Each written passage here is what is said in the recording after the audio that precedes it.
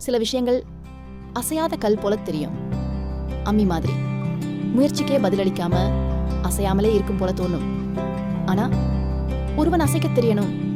அடிக்க தெரிந்தவன் அடித்தா அம்மி கூட நகரும்.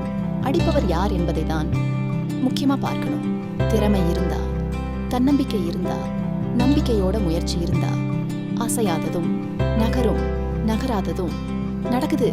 அம்மிய மட்டுமா, உலகமே நகரும். அடிப்பவர் சரியானவங்கா இருந்தா.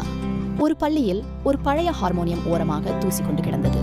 ஆசிரியர்களும் மாணவர்களும் இதோடு வேற ஏதாவது செய்யுங்கன்னு சொல்லிட்டு ஒதுக்கிக்கிட்டார்கள். ஒரு நாள் ஒரு பழைய இசையாசான் அந்த ஹார்மோனியமை பார்த்தார். தூசை தூக்கினார். மெதுவாக வாசிக்கத் தொடங்கினார். அந்த ஹார்மோனியம் மெல்ல சத்தம் எழுப்பியது. பின் இசையாக மாறியது. அந்த நாள் முதல் பள்ளி மார்னிங் பிரேயருக்கு அதுதான் ஒலிக்குது.